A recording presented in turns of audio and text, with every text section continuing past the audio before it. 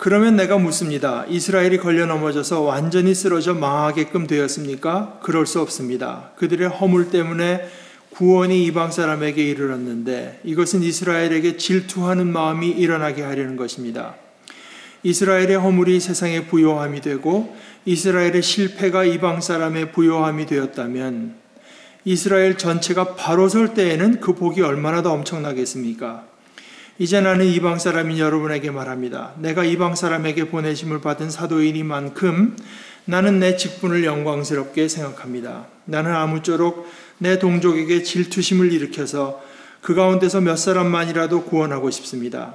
하나님께서 그들을 버리심이 세상과의 화해를 이루는 것이라면 그들을 받아들이심은 죽은 사람들 가운데에서 살아나는 삶을 주심이 아니고 무엇이겠습니까? 맛물로 바치는 빵 반죽덩이가 거룩하면 남은 온덩이도 그러하고 뿌리가 거룩하면 가지도 그러합니다. 그런데 참 올리브 나무 가지들 가운데서 얼마를 잘라내시고서 그 자리에다 돌 올리브 나무인 그대를 접붙여 주셨기 때문에 그대가 참 올리브 나무의 뿌리에서 올라오는 양분을 함께 받게 된 것이면 그대는 본래의 가지들을 향하여 우쭐대지 말아야 합니다. 비록 그대가 우쭐댈지라도 그대가 뿌리를 지탱하는 것이 아니라 뿌리가 그대를 지탱한다는 것을 명심해야 합니다. 그러므로 본래의 가지가 잘려나간 것은 그 자리에 내가 접붙임을 받게 하려는 것이었다 하고 그대는 말해야 할 것입니다. 옳습니다. 그 가지들이 잘린 것은 믿지 않은 탓이고 그대가 그 자리에 붙어있는 것은 믿었기 때문입니다. 그러니 교만한 마음을 품지 말고 도리어 두려워하십시오. 하나님께서 본래의 가지들을 아끼지 않으셨으니 접붙은 가지도 아끼지 않을 것입니다. 그러므로 하나님의 인자하심과 준엄하심을 생각해 보십시오. 하나님은 넘어진 사람들에게는 준엄하십니다. 그러나 그대가 하나님의 인자하심에 머물러 있으면 하나님이 그대에게 인자하게 대하실 것입니다. 그렇지 않으면 그대도 잘릴 것입니다. 그러나 믿지 않았던 탓으로 잘려나갔던 가지들이 믿게 되면 그 가지들도 접붙임을 받게 될 것입니다. 하나님께서는 그들을 다시 접붙이실 수 있습니다. 그대가 본래의 돌 올리브 나무에서 잘려서 그 본송을 거슬러 참 올리브 나무에 접붙임을 받았다면 본래 붙어있던 이 가지들이 제 나무에 다시 접붙임을 받는 것이야 얼마나 더 쉬운 일이겠습니까? 여기서 이제 바울 사도가 비유를 드는 것은 이렇습니다. 바울 사도가 처음에는요, 예수 그리스도를 주로 받아들이고 나서 처음에는 어디를 가든지, 처음에는 나중까지도 마찬가지입니다. 어디를 가든지 회당에 들어가서, 유대인 회당이라고 하는 건 영어로 시나고그, 유대인들이 모이는 장소 아니겠습니까? 거기 가서 복음을 전합니다. 이방인을 찾아다니는 게 아니에요. 이방 지역에 가더라도 언제나 유대인이 모이는 회당에 가서 말씀을 전하는데, 거기서 나타나는 현상이 유대인들은 이 사도가 전하는 복음을 받아들이질 않고, 저 뒤에 회당에 가게 되면 유대인들이 모이지만 저 뒤에 영어로는 God fearer라고 하는, 하나님을 두려워하는 자들이라는 별명, 그건 이제 하나의 그 별명인데요.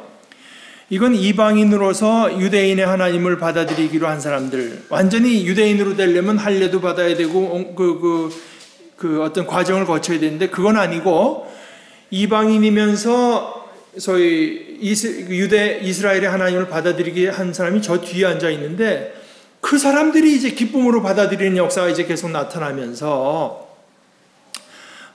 이제 그 바울 사도가 이방인들에게 특별히 보냄을 받은 사도라고 하는 것이 점점 뚜렷해집니다. 그러니까 그래도 이제 어디로 가든지 바울 사도의 마음 속에는 유대인에 대한 마음이 있는데, 하나님께서 바울 사도를 쓰시는 것은 이방인들에게 가서 복음을 전하는 일을 맡기세요.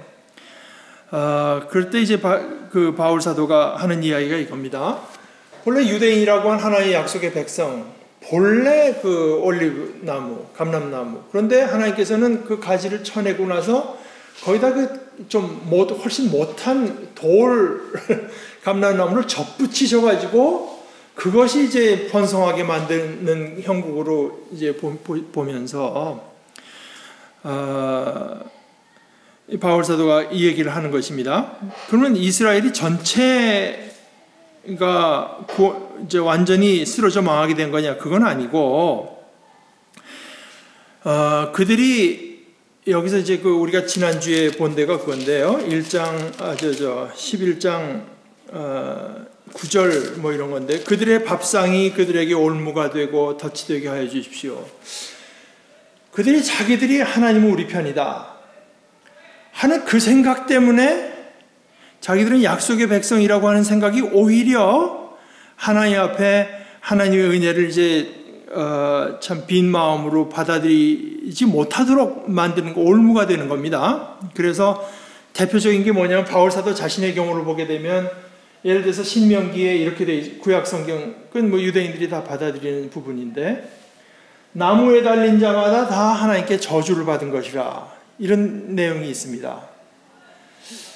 그러니까 바울 사도가 처음에 보기에는, 회심하기 전에 보기에는 예수라는 인물이 틀림없이 나무에 달려 죽었는데, 그러니까 저 인간은 하나님께 저주를 받은 인간인데, 그게 이제 하나님의 그리스도다, 하나님께서 그를 통해서 우리에게 은혜를 베푸신다 그러니까 바울 사도가 아주 분노한 것입니다. 그러니까 이런 혹세무민하는 거는 다 없어져야 된다. 그러다가 이제 그리스도를 만나고 나서 바울 사도가 깨닫게 된 게 뭐냐? 신명기의 말씀 그대로 진리로 남아있다. 나무에 달린 자가 하나님께 저주를 받은 것이라고 하는 건 맞는데, 그 저주가 그 사람의 잘못이 아니라 우리의 죄 때문에 하나님께 저주를 받은 거라고 하는 걸 받아들이지 않을 수 없게 되죠. 근데 이제 말하자면 나무에 달려 죽었으니까 저건 하나님의 아들일 수가 없다 하는 생각, 이제 그거는 예를 들어서 그 신앙이 없었으면은 그렇게 배척 안 했겠죠. 그러니까 결국은 그것을 이제 받아들이는 건 믿음으로 받아들이는 건데, 유대인들은 자기들이 가진 어떤 자기들의 종교, 이것 때문에 오히려 그리스도를 받아들이는데 실패했다.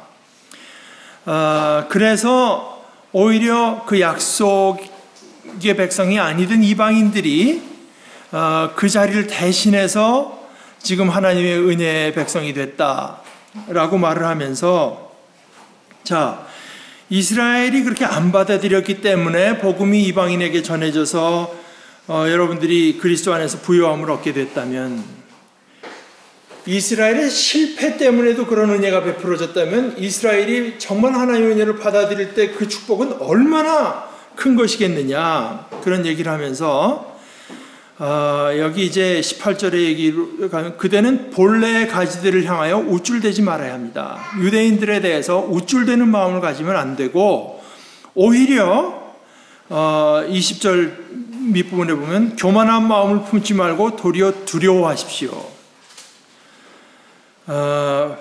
여기 이제 신앙의 어떤 그 긴장, 되게 이 신앙의 긴장을 놓쳐버리는 데서 크리스찬이 좀 이상하게 되는 일들이 많이 생겨납니다. 긴장. 여기 이제 오늘 설교에도 그게 연장이 되는 얘기인데, 22절에 보면 하나님의 인자하심과 준엄하심, 이게 두 가지가 좀 그렇잖아요. 하나는 인자하신 거고 하나는 준엄하신 건데, 이걸 함께 생각해야 된다 이겁니다. 여기 텐션, 이거를 인자하심만 생각하다가 이제 이게 둘 다 이렇게 텐션을 갖고 생각하다 보면 생각이 복잡해지고 하니까 하나를 놔버리게 되면, 인자하심만 주장한다든가 아니면 준엄하심만 주장하다 보면은 여기 이제 뭐 우쭐대는 교만한 태도가 생겨날 수도 있고 이제 그렇게 됩니다. 또 너무 하나님께서는 준엄하시다고 하는 것만 생각하면 신앙의 기쁨이 없어지죠. 그게 이제 회심하기 전에 루터가 그랬어요. 이건 뭐 그냥 벌벌 떨었습니다. 늘 하나님의 의, 내가 어떻게 그 하나님께서 나에게 요구하는 그런 의를 내가 어떻게 살 수가 있냐, 나는 심판받을 수밖에 없다, 온갖 이제 수련을 쌓아보고 고통을 겪어봐도 거기에 안 되는 겁니다. 그러니까 이제 두려워하던 이제 그것인데, 그게 나중에 루터에게서 그것이 하나님께서 수동적으로 우리에게 주시는 의라고 하는 걸 깨닫고 나서 이제 자유로워지는 게 생기죠. 그러나 심판의 하나님, 준엄하신 하나님만 생각하게 되면 신앙의 어떤 자유가 없어지죠. 근데 인자하심만 생각하게 되면 신앙의 어떤 디시플린이라고 할까, 조심스럽다고 할까, 겸손한 태도가 없어지게 되죠. 이것이 이제 그러니까 그 두 가지를 늘 같이 생각해야 된다. 지금 좀 생각이 있는 사람들이 자꾸 지적하는 것 중에 하나가 그건데, 영어로는 뭐라고 말하냐면 once saved, always saved. 한번 구원받았으면 영원히 구원받는 것이다. 그것이 이제 칼빈주의에 믿는 거를 이제 5가지 TULIP, 튤립이라고 해서 그 이제 그 끝에 그 P가 그건데요. perseverance of the saints, 성도의 perseverance, 견인. 이건 다시 말해서 뭐냐면은 하나님께서 한번 구원했으면, 성도가 됐으면 그 사람이 온갖 허물에도 불구하시고 그 사람을 성도로 지켜주신다 하는 뭐 이제 이런 겁니다. 그런데 그거를 부인하지는 않지만 그것이 다가 아니라고 하는 건 또 생각해야 된다. 그러니까 자꾸 그것만 생각하게, 하나님의 인자하심만 생각하고 준엄하심을 생각하지 않으면 이제 인간은 이상한 크리스찬의 모습을 갖게 됩니다. 교만하다든가 뭐 이제 그렇게 되죠. 그러니까 22절에 보세요. 그대가 하나님의 인자하심에 머물러 있으면 하나님께서 그대에게 인자하시게 대하실 것인데, 그렇지 않으면 그대도 잘릴 것입니다. 이거는 우리가 한번 구원받았다 해서 뭐 영원히 구원받는다고 생각하는 생각에 거진 찬물을 끼얹는 이제 그런 얘기입니다. 요한복음에도 가지가 열매 맺지 않는 나무는 이제 잘려서 불에 들어가게 된다 하는 얘기 있거든요. 또 그렇게 하나님의 준엄하심만 생각하게 되면은 이제, 그러니까 이건 이거라는 거야, 저거라는 거야. 인간은 언제나 좀 속편하고 분명한 진리를 얻기를 원하니까 뭐 하나를 주십시오 하지만 성경은 절대로 이제 거기서 어떤 긴장, 텐션을 해소해 주질 않아요. 지금 우리가 한국 기독교에서 이제 보는 것, 제가 지난주에도 설교한 내용이 이제 바로 이런 건데요. 하나님께서 지금 이제 바울 사도도 그렇잖아요. 지금 참 감람나무를 쳐서 거기다 이방 민족 돌감람나무를 접붙이셨 것은, 돌감람나무에서 여러 가지 참 풍성한 열매가 일어나서 참감람나무가 그걸 시기해 가지고 자기들의 마음도 돌이켜서 마침내, 그러니까 이스라엘이 하나님의 약속에서 일시적으로 이제 그 약속을 받지 못한 것이 필요했다 이겁니다. 이방인들이 다 이제 예수 믿게 하기 위해서. 이제 그게 다 된 뒤에는 유대, 이스라엘도 결국 이제 구원받게 될 것이다. 그리고 그때 가서야 이제 주님께서 오신다 이거 아니겠습니까? 그러니까 하나님의 역사가 이렇게 주어진다고 하면서 그 뒤에 25절에는 형제 여러분, 나는 여러분이 이 신비한 비밀을 알기를 원합니다. 그것은 여러분이 스스로 현명하다고 생각하는 일이 없게 하려는 것입니다. 그 비밀은 이러합니다. 이방 사람의 수가 다 찰 때까지 이스라엘 사람들에서 일부가 완고해진 대로 있으리라는 것입니다. 이렇게 하나님께서 크게 보아서 이스라엘의 실패를 이제 사용하셔가지고 이방인들에게 하나님의 자비를 베푸시는 것으로 쓰이고, 그것이 이제 어느 정도 하나님의 뜻대로 완성되게 되면 이스라엘도 하나님께 돌아오는 것으로서 하나님의 뜻이 이루어진다 하고, 이건 이제 바울 사도는 지금 비밀이라고 말을 하면서도 말을 하잖아요.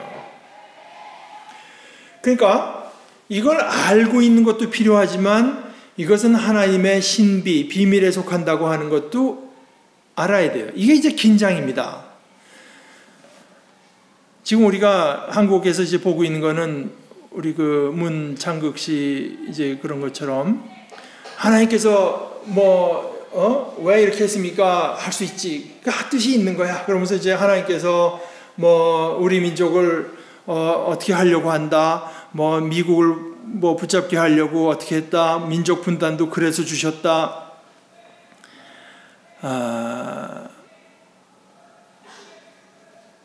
근데 이제 그 성경의 줄곧 나타나는 것은 예를 들어서 전도서 같은데 하나님께서 사실은 그런 많은 부분을 감춰놨다고 하는 거거든요, 우리에게.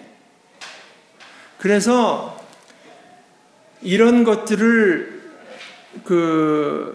독일의 보네포라는 분이 아주 멋있는 말로 정리를 했는데, 결과로서의 은혜.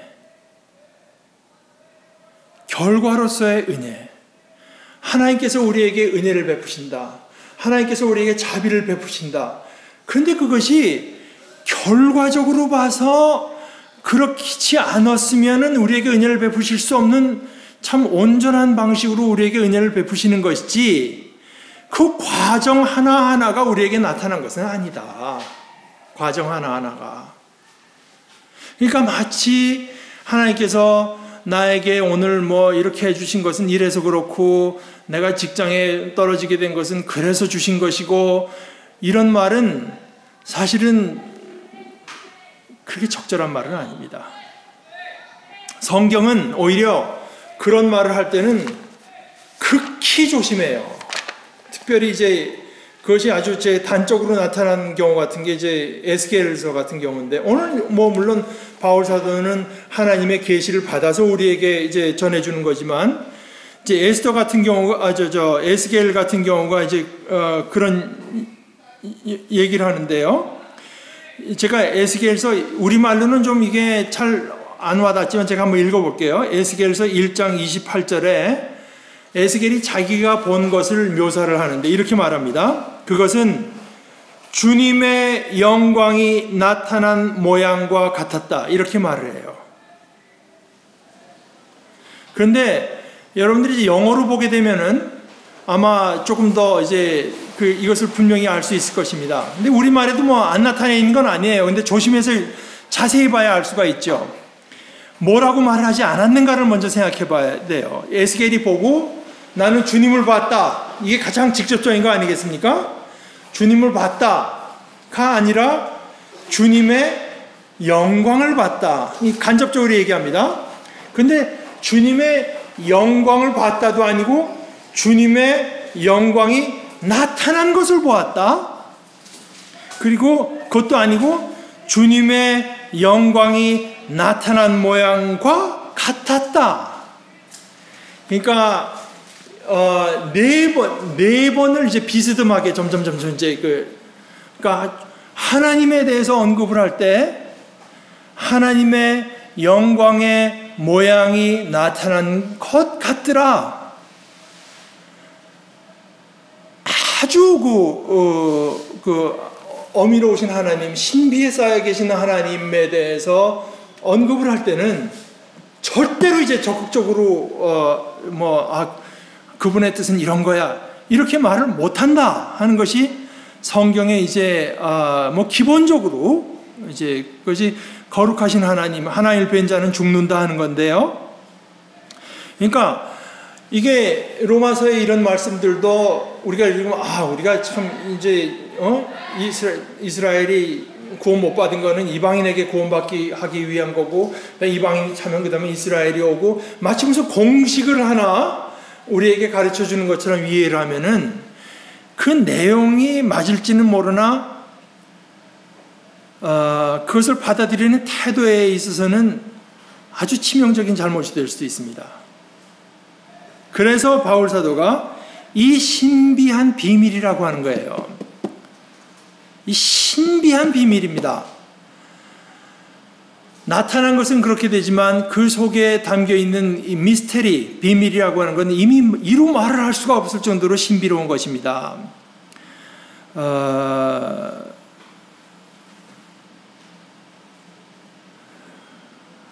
제가 벌써 이거 오래된 얘기니까, 그리고 제가 이름도 잊어먹기도 했고, 그러니까 여러분들도 이름도 모르니까 해도 되리라고 생각하지만, 이런 식이에요. 신학교 처음 갔을 때 어떤 여자 전도사님인가 신학교로 와서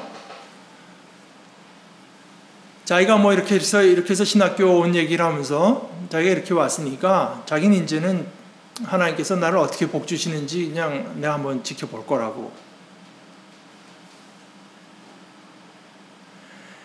하나님께서 결국 복 주시리라고 하는 것은 우리가 다 인정하고 믿을 수 있습니다. 근데 그런 태도는 그건 결코 올바른 게 아닙니다.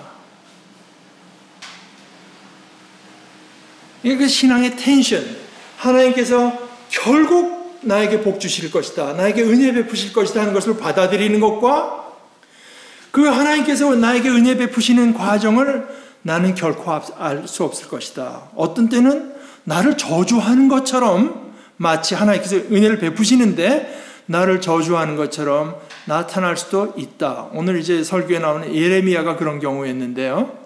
그런 어떤 신앙의 텐션, 긴장, 이것을 놓으면 안 됩니다. 이걸 이제 놓는 순간에 신앙이 좋으면 좋을수록 이상한 사람이 되어버려요. 저 사람 참 믿음이 좋은 것 같은데 어딘가 너무 거칠어요. 저 사람은 굉장히 하나님을 사랑하는 것 같은데 별로 친구 삼고 싶지가 않아요. 하나님을 그 입에서 나오기만 하면 하나님인데 같이 얘기하다 보면 피곤해집니다. 오늘 이제 그 22절에 바울 사도가 긴장이라는 말은 쓰지 않지만 하나님의 인자하심과 준엄하심을 생각해 보십시오. 이제 결국 그렇게 해서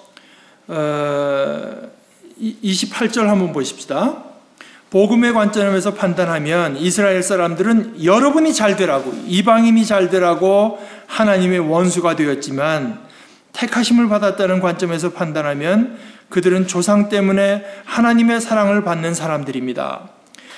두 가지 관점에서 봐야 된다. 그들이 지금 예수 믿지 않고 그리스도를 배척하고 예수가 그리스도라고 하는 걸 부인하고 해서 하나님의 약속을 온전히 받아들이지 못하고 있다고 하는 것. 그러나 그것 때문에 결국은 복음이 유럽이건 미국이건 아시아건 다 전다해서 많은 사람들이 하나님의 그 복음에 참여하게 된 것 인정해야 되지만 우리 눈에 잘 안 띄지만 또 하나는 뭐냐? 하나님께서 그들을 택했다고 하는 걸 생각해 봐라. 하나님께서 택한 것은 철회되지 않는다. 그것도 생각해 봐라. 그게 29절이거든요. 하나님께서 주시는 고마운 선물과 부르심은 철회되지 않습니다. 택하심은 택하심대로 남아있다 이겁니다. 그래서 하나님께서 여전히 그들을 사랑하신다 이겁니다. 사랑해요. 그들은 하나님을 배척해도 하나님 그들을 귀하게 여기시고 사랑하신다고 하는 걸 생각해서 조심해야 된다. 우리가 그리스도를 통해서 구원받은 걸 감사하고 믿고 감사하고 기뻐하면서도 마음속에 겸손함과 조심하는 것이 있어야 된다. 전에 하나님께 순종하지 않던 여러분이 이제 이스라엘의 불순종 때문에 하나님의 자비를 입게 되었습니다.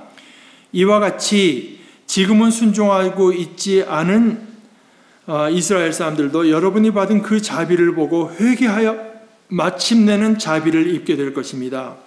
하나님께서 모든 사람을 순종하지 않는 상태에 가두신 것은 그들에게 자비를 베푸시려는 것입니다. 인간의 연약함, 인간의 고집, 인간의 악함 때문에 하나님께서는 이런 방식으로 해서 인간에게 온전한 자비를 베푸시려는 것입니다. 여기까지 이제 물론 성령의 도우심으로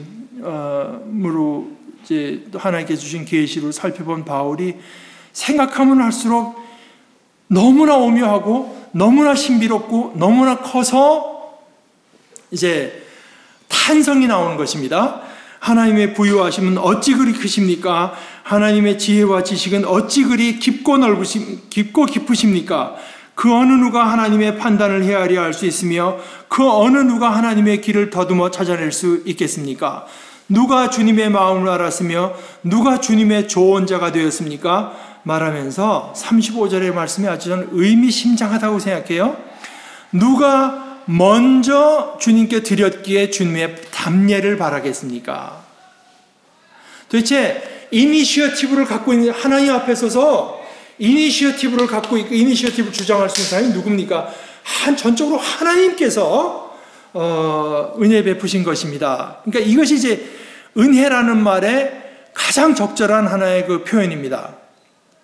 우리가 우리 중에 어느 누구도 너무나 성실하게 살아서, 너무나 진실하게 살아서, 너무나 착하게 살아서, 너무나 모습이 아름다워서 하나님께서 그래 너는 정말 귀엽구나, 먼저 자기가 하나님 앞에 하나님께서 자기를 사랑할 만한 조건을 만들어낸 사람은 하나도 없습니다.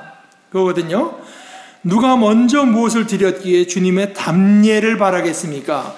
주님께서 우리들에게 답례를 베푸실 정도로 먼저 우리 쪽에서 이니셔티브를 행사한 사람은 아무도 없고, 전적으로 하나님께서 먼저 우리에게 다가와 주시고, 우리를 불쌍히 여겨 주시고, 우리에게 복 주시고, 우리에게 베풀어 주신 이 말이 은혜라는 말의 이제 정의라고 할 수 있습니다.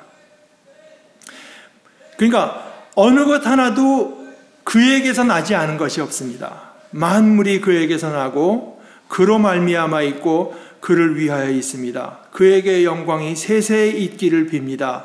아멘. 이렇게 해서 이제 바울 사도가 하나님께서 우리 인류를 통해 인류에게 베푸시는 하나님의 그 은혜의 경륜을 살펴보는 일이 11장에서 일단 마무리를 짓습니다. 끝나요. 그 다음 건 뭐냐? 그러니 우리가 어떻게 살아야 되겠습니까? 하는 얘기를 하는 것입니다. 그러니까 제가 이제 이런 얘기 전에 언제 저기 있는 조한상 형제랑 얘기를 하는데, 거기 이제 그 코스타 그룹들이 아마 그런 얘기를 많이 하나 봐요. 요즘에 소위 포스트 모던한 한국의 이것도 예를 들어서 온누리 교회 같은 데서 이제 많이 하던 그 경배와 찬양 이런 것들, 요즘 젊은 애들은 이제 결국 그런데 이렇게 사회가 그렇기 때문에 감성에 호소해야 됩니다. 이제 그런 얘기들을 많이 했던 것 같아요.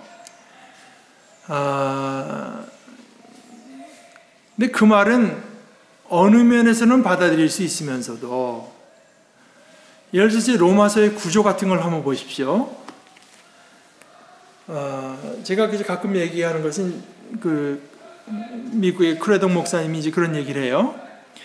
설교의 어떤 설교의 형태 중에서 그래서 지금도 유효하고, 이건 고대 그리스 로마 때부터 쓰던 건데, 지금도 대중연설에서 쓰던 건데 지금도 유효한 것이 소위 3-point speech 또는 설교로 되면 3-point sermon이 되겠죠. 이런 게 있다. 그런데 이것이 이제 시중에서 잘못 이해가 되면 예수님은 진리십니다. 예수님은 생명이십니다. 예수님은 길이십니다. 1, 2, 3. 이게 3-point speech가 아니고, 첫째 예수님 무엇입니다. 둘째 예수님 무엇입니다. 셋째. 이걸 이제 3-point speech, 3-point sermon으로 생각하는 사람들이 있는데, 그건 아니고, 본래 전통적인 3-point speech라고 하는 건 뭐냐? 먼저 인간의 이해에다가 이제 설명하는 겁니다. 말하자면 전통적인 말은 로고스라고 하면 이치를 따지고 설명하는 것입니다. 그러니까 이치를 다 따지고 이해가 되는데 그 내용이 너무나 기가 막힌 겁니다. 그러니까 그 다음에는 뭐냐? 그 다음에 하트에다가 이제 말하는 거예요.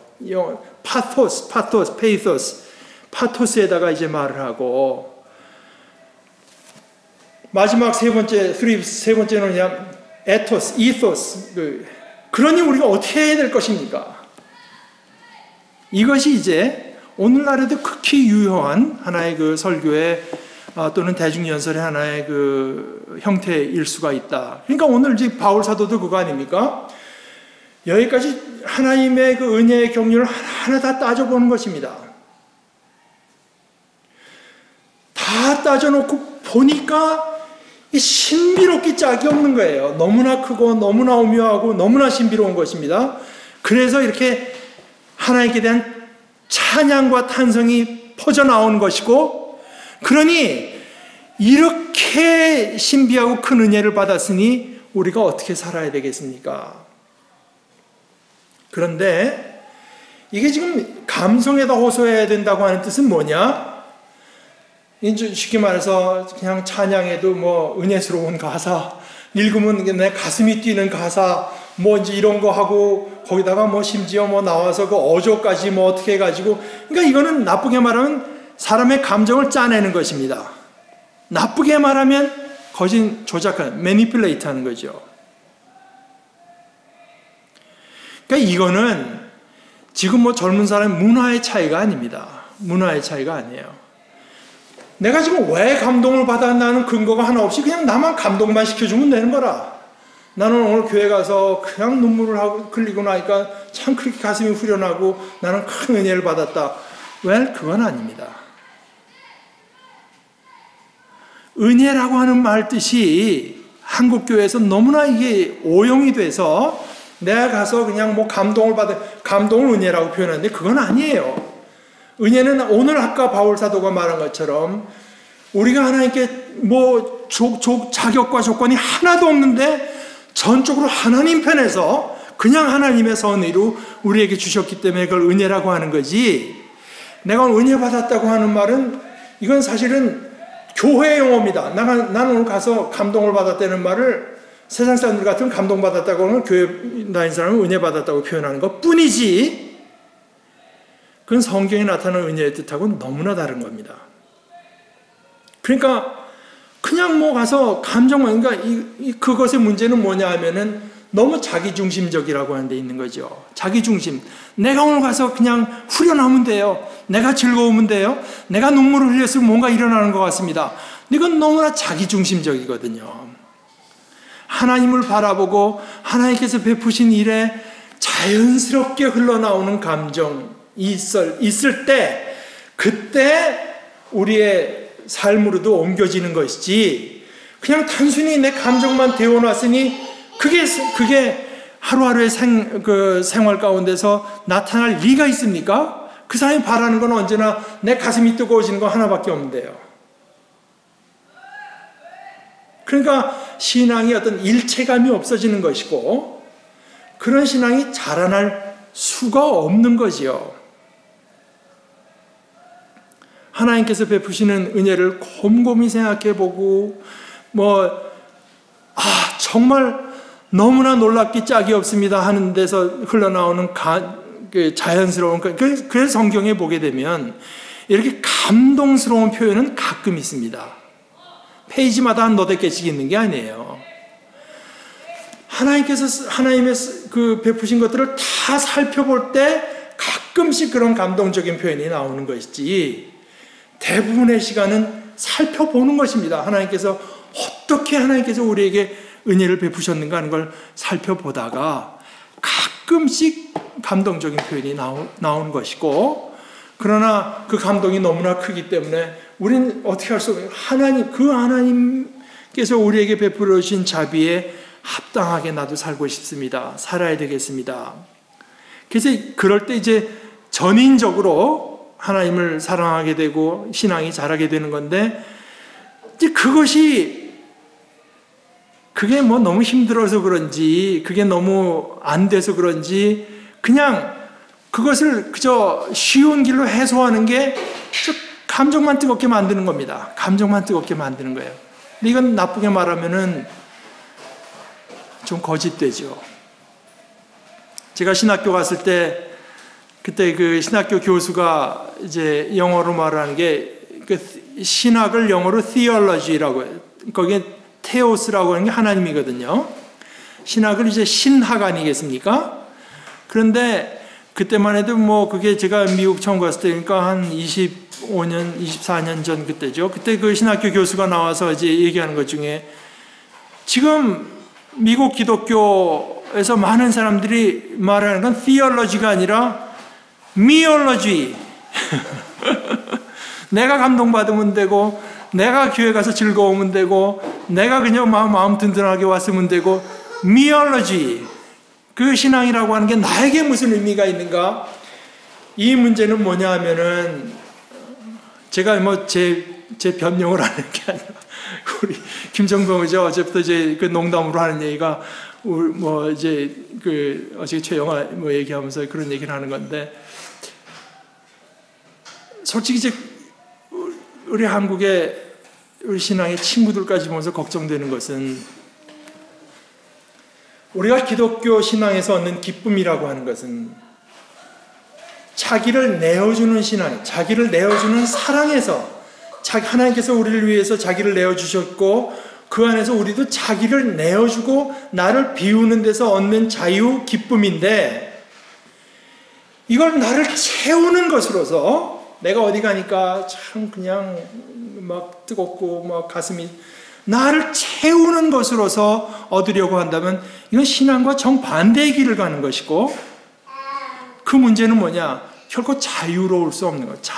신앙이 주는, 복음이 주는 자유라고 하는 데서 점점 더 역방향으로, 반대 방향으로만 이제 가는 것이 되기 때문에 이제 근데 사실은 적지 않은 경우에 아까 말한 그 미얼러지의 길을 우리가 가게 되는 거 아닌가 생각하죠.